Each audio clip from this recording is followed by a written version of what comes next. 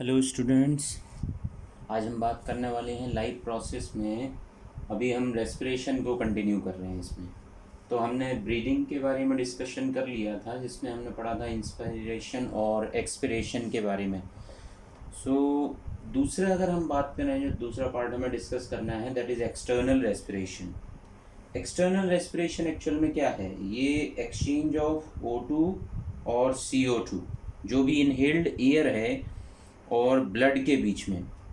तो जो भी हमारा रेस्पिरेटरी ऑर्गन्स हैं वो इस रेस्पिरेशन में हेल्प करते हैं, वो हैं हमारे लंग्स।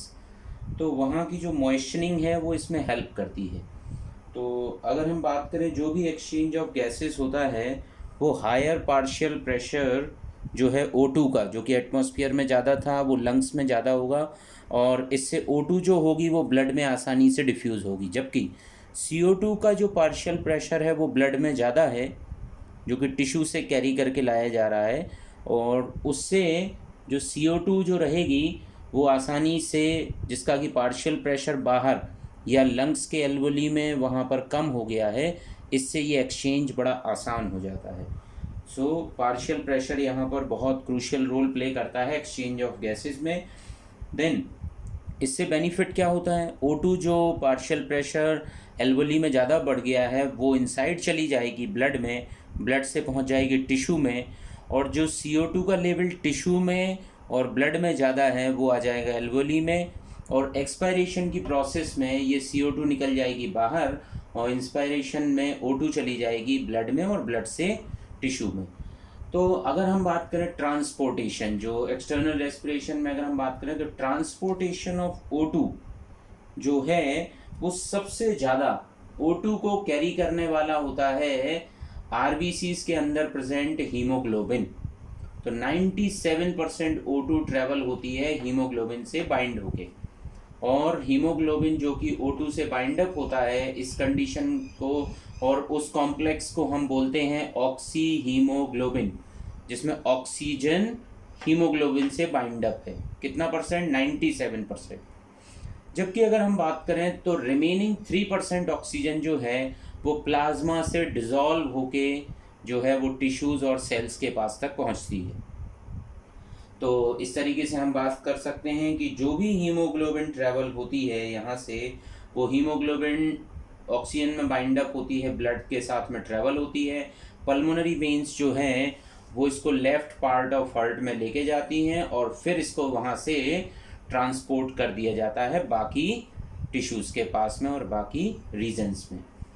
बट अगर हम बात करें CO2, जो कि टिश्यू से कैरी करके लाई जा रही है, टिश्यूज़ में जो प्रोसेस हुआ है रेस्पिरेशन की प्रोसेस में, जो प्रीवियस जो ऑक्सीजन कंज्यूम हुआ था वहाँ पर CO2 लिबरेट हुआ है, जिसको अभी हम यहाँ पर डिस्कस करेंगे।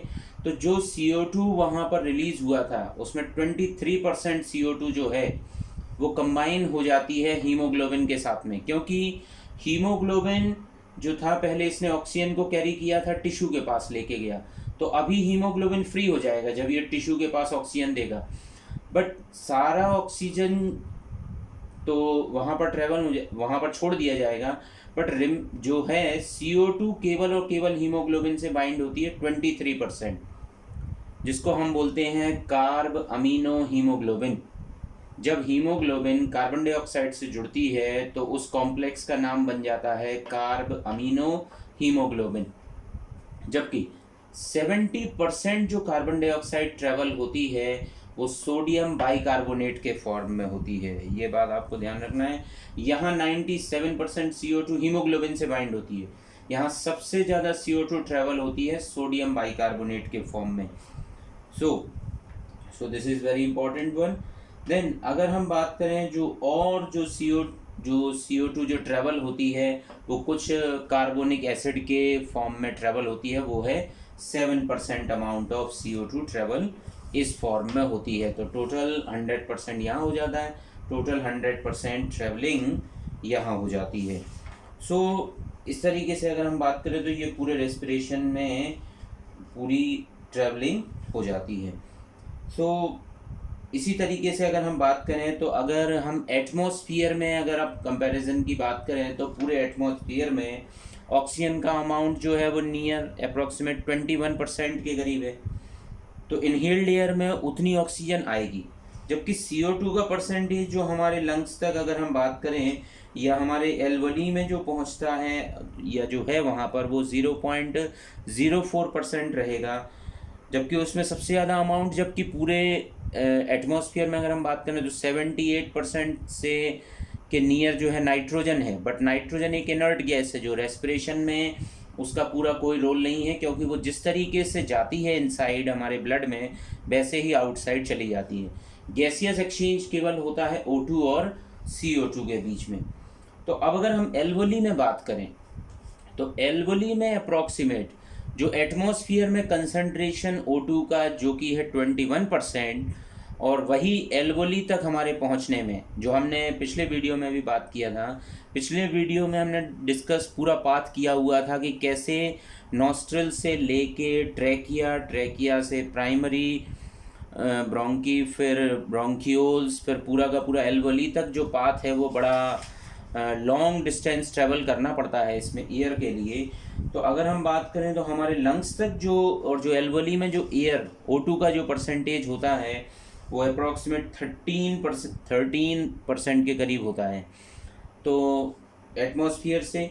जबकि अगर हम एक्सहेल्ड एयर की बात करें जो हमारे लंग्स से निकल जाती है वो अप्रॉक्सीमेट वो है उसका मोर देन 10% वहाँ से भी आउटसाइड जाती है। तो सारी की सारी एयर जो है हमारे लंग्स में एब्जॉर्ब भी नहीं होती हमारे एल्वोली से।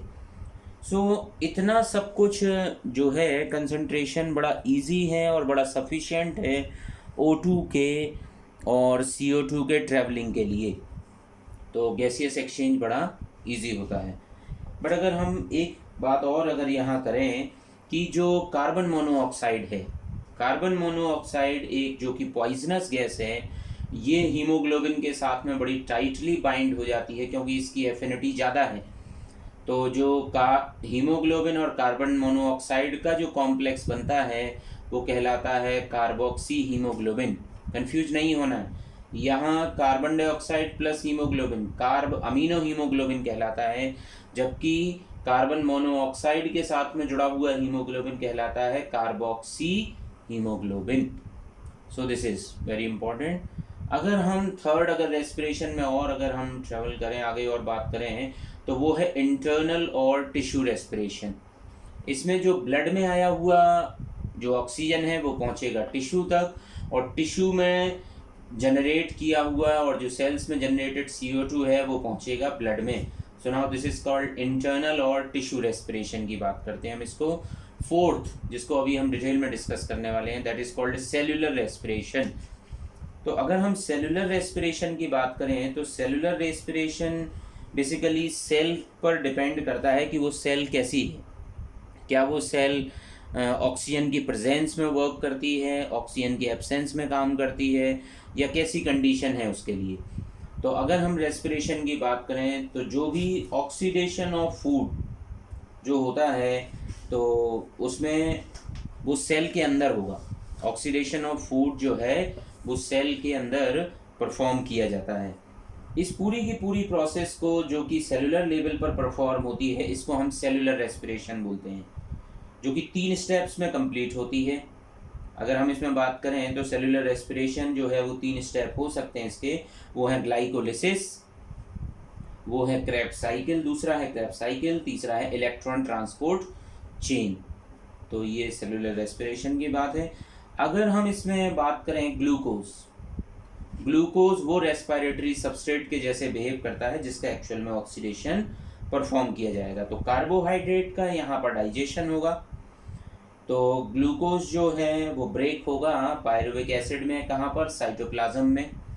तो ग्लूकोज जो कि 6 कार्बन कंपाउंड है, तो जब ये पायरुविक एसिड में बदलता है जो पायरुवेट कहते हैं जिसके लिए हम, वो 3 कार्बन कंपाउंड में बदल जाता है। तो यहाँ पर कोई भी CO2 जो है वो जनरेट नहीं हुआ है। ग्लूकोज 6 कार्बन था, पायरुवेट के हमें एक्चुअल में 3-3 कार्बन के 2 मॉलिक्यूल मिल गए। और कुछ यहाँ पर एनर्जी जनरेट होती है। ये पूरी प्रोसेस साइटोप्लाज्म में होती है जिसके लिए कोई भी ऑक्सीजन की रिक्वायरमेंट नहीं होती। बट अगर हम ऑर्गेनिज्म को अगर बात करें जैसे ईस्ट, तो यही पायरुविक एसिड ये कॉमन पाथवे है। जो कि 3 तरीके से बाइफरकेट हो जो कि वेरी करेगी। जैसे कि अगर एब्सेंस ऑफ ऑक्सीजन में अगर हम बोलें तो वो होती है प्रोसेस ईस्ट में और कुछ सर्टेन बैक्टीरिया में, या बट यहाँ पर अगर ईस्ट में बात करें तो ईस्ट ही केवल इथेनॉल जनरेटिंग ऑर्गेनिज्म है। तो एब्सेंस ऑफ ऑक्सीजन में ईस्ट जो है इस पायरुवेट से इथेनॉल जनरेट करता है C2H5OH, और जनरेट होती है CO2 और बनती है एनर्जी, जो कि बहुत कम अमाउंट ऑफ एनर्जी है, वो है अप्रोक्सीमेट 2 ATP मॉलिक्यूल। सो ये होती है ईस्ट में, जिसको हम बोलते हैं सैक्रोमाइसिस सेरेविसी। सो यहाँ बना इथेनॉल। बट अब अगर यही पायरुविक एसिड अगर मसल्स में अगर प्रोसेस हो रही है, लैक ऑफ ऑक्सीजन, अगर ऑक्सीजन की कमी है, एक्सरसाइज किया जा रहा है, विगरस एक्सरसाइज में यही लैक ऑफ ऑक्सीजन हो जाती है, तब यही पायरुवेट जो है वो लैक्टिक एसिड में बदल जाता है। और पायरुविक एसिड जो है 3 कार्बन कंपाउंड है, जबकि इथेनॉल 2 कार्बन कंपाउंड था। तो यहाँ पर CO2 रिमूव हो जाता है, तो एक CO2 रिमूव होता है। पायरुवेट मॉलिक्यूल अगर 2 बने हैं तो यहाँ बनेंगे 2 CO2, तो इथेनॉल टोटल हो जाएगा 4। तो यहाँ पर एक्चुअल में लॉस ऑफ 2 CO2 था, बट यहाँ लैक्टिक एसिड जनरेट होते टाइम 3 कार्बन कंपाउंड ही जनरेट होते हैं, यहाँ पर किसी भी तरीके से CO2 रिमूव नहीं होता है। बट ATP का एक्चुअल गेन भी यहाँ पर 2 ATP ही है। तो ये उतनी एनर्जी एफिशिएंट प्रोसेसेस नहीं है दोनों की दोनों, जिसमें एथेनॉल बन रहा है और लैक्टिक एसिड। बट अगर यही प्रोसेस माइटोकॉन्ड्रिया के अंदर प्रेजेंस ऑफ ऑक्सीजन में होती है, तो यहाँ पर जो CO2 जनरेट होगी, वाटर मॉलिक्यूल रिमूव होगा, और यहाँ पर ह्यूज अमाउंट ऑफ एनर्जी का सिंथेसिस होता है, वो अप्रॉक्सीमेट 36 to 38 ATP जनरेट होती है। वो डिपेंड करता है किस कहाँ पर ये प्रोसेस हो रही है। देन तो ये पूरी प्रोसेस होती है माइटोकॉन्ड्रिया के अंदर, जिसमें कंप्लीट ग्लूकोज का कंजम्पशन होता है, और यहाँ पर टोटल 6 CO2 का रिमूवल होता है। तो जितने भी कार्बन कंपाउंड, ग्लूकोज जो 6 कार्बन कंपाउंड था, यहाँ 6 CO2 निकलते हैं, तो सारे कार्बन मॉलिक्यूल यहाँ से कंज्यूम हो जाते हैं और एनर्जी का जनरेशन होता है। तो दिस इज़ वेरी इंपॉर्टेंट। अब अगर हम पहली प्रोसेस की बात करें, ग्लूकोज से पायरुवेट का बनना, प्रोसेस है ग्लाइकोलिसिस, जो कि एयरोबिक रेस्पिरेशन में हम अगर बात करें कि एयरोबिक रेस्पिरेशन क्या है, तो एयरोबिक रेस्पिरेशन, इसको अगर हम बात करें इन दोनों रेस्पिरेशन को, सबसे पहले एक सेक्स साइंटिस्ट थे SACHS, उन्होंने सबसे पहले डिस्कवर किया था रेस्पिरेशन को, जो कि विदाउट ऑक्सीजन की बात करते हैं। और इसको फिर उन्होंने 2 टाइप में डिस्क्राइब किया था, एयरोबिक और एनारोबिक रेस्पिरेशन। तो अगर हम एयरोबिक रेस्पिरेशन, जो कि एक ग्रीक वर्ड है, air, AER means, air means होता है एयर, और बायोस मीन्स लाइफ, ऐसी लाइफ जो ऑक्सीजन की प्रेजेंस में है, that is called aerobic respiration. तो ये एक पूरी मल्टी स्टेप रिएक्शन है, इसमें oxidative breakdown of respiratory substrate होता है, और कार्बन डाइऑक्साइड जनरेट होती है, वाटर मॉलिक्यूल जनरेट होता है, और जो है इसमें कई सारे रेस्पिरेटरी एंजाइम्स लगते हैं। सो अगर हम बात करें पूरी प्रोसेस जो यहाँ पर परफॉर्म होती है, इस पूरी ग्लाइकोलिसिस की प्रोसेस को 3 साइंटिस्ट के नाम पर भी बोला जाता है, एम्बेडेन, मेयरहॉफ, पारनास पाथवे भी बोला जाता है।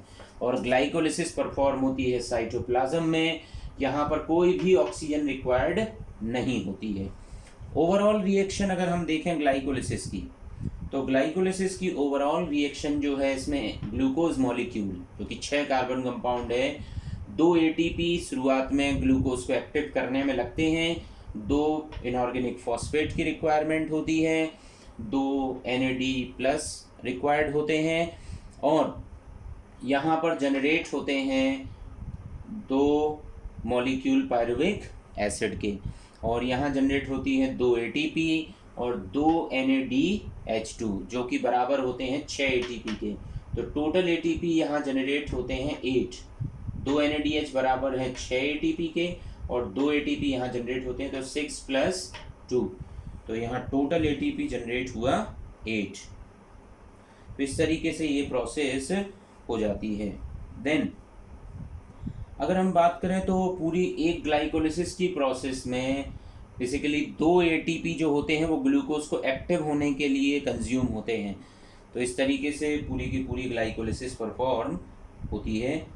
तो ओवरऑल जो गेन है वो हमें 2 एटीपी का ही होता है। बनते तो यहाँ 4 हैं, बट 2 क्योंकि कंज्यूम हो गए हैं इसीलिए यहाँ पर 2 हम ओवरऑल गेन की बात करते हैं। सो नेक्स्ट, इसमें कोई भी CO2 का जनरेशन नहीं होता है। यहाँ पर कोई भी CO2 जनरेट नहीं हो रही है क्योंकि 6 मॉलिक्यूल 6 कार्बन वाला कंपाउंड ये है और 6 कार्बन कंपाउंड पायरुविक एसिड भी है। सो ये 3-3 कार्बन में बट बदल गया है। 3 कार्बन मॉलिक्यूल के 3 कार्बन का जो कंपाउंड है वो 2 मॉलिक्यूल में कन्वर्ट 2 मोल्स में कन्वर्ट हुआ है। सो दूसरी प्रोसेस अगर हम बात करें तो जो पायरुविक एसिड बना है वो पायरुविक एसिड अब अगली साइकिल जो कि क्रेब्स साइकिल है जो कि माइटोकॉन्ड्रिया के अंदर परफॉर्म होती है, इसको हम सिट्रिक एसिड साइकिल भी बोलते हैं, इसको हम ट्राई कार्बोक्सिलिक एसिड साइकिल भी बोलते हैं। तो ये भी एरोबिक ऑक्सीडेशन की ही एक प्रोसेस है जो कि माइटोकॉन्ड्रिया में होती है सेल के।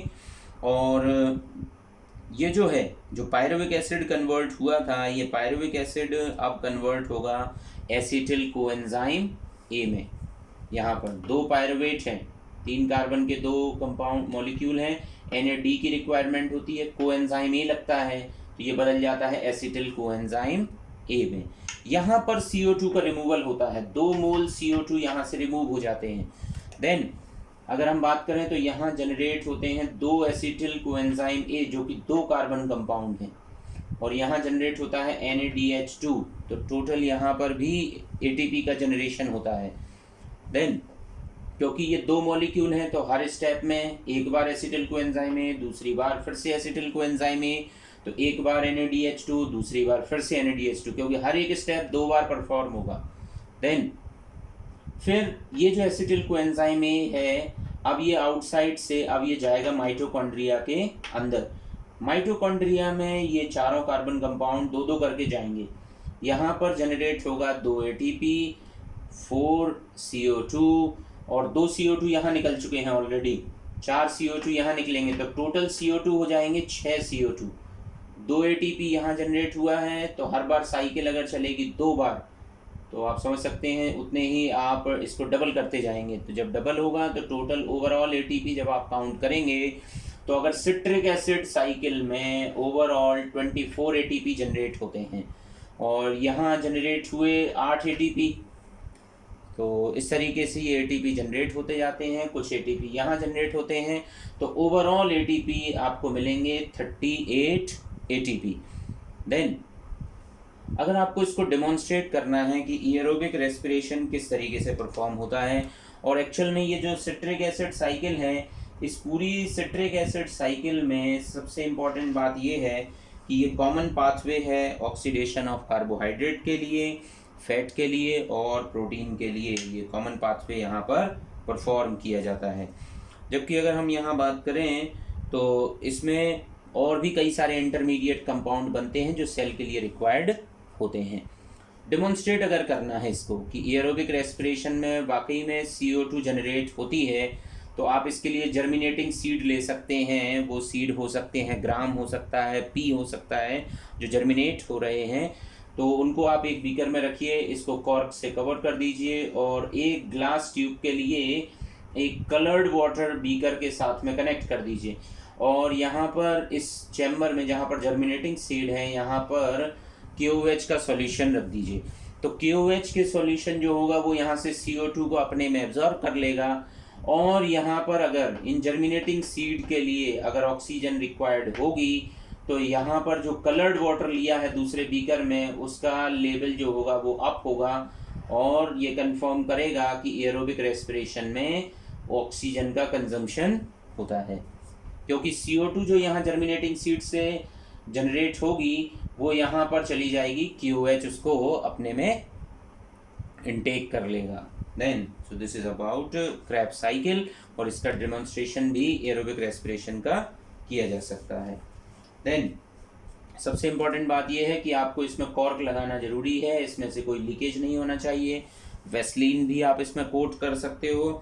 सो दिस इज अबाउट। देन अगर हम बात करें दूसरे रेस्पिरेशन एनारोबिक रेस्पिरेशन जो कि हो सकता है मसल्स में और ईस्ट सेल में, तो अगर हम ईस्ट सेल की बात करें तो ग्लूकोज जो है नो ऑक्सीजन साइटोप्लाज्म में पायरुविक एसिड में बदलेगा, पायरुवेट में बदलेगा 2 मोल में, और साइटोप्लाज्म में ही नो ऑक्सीजन की प्रेजेंस में कोई भी ऑक्सीजन नहीं होगी और ये बदल जाएगा 2 मॉलिक्यूल इथेनॉल में, और यहाँ जनरेट होगी CO2 plus energy, 2 ATP generate होगी।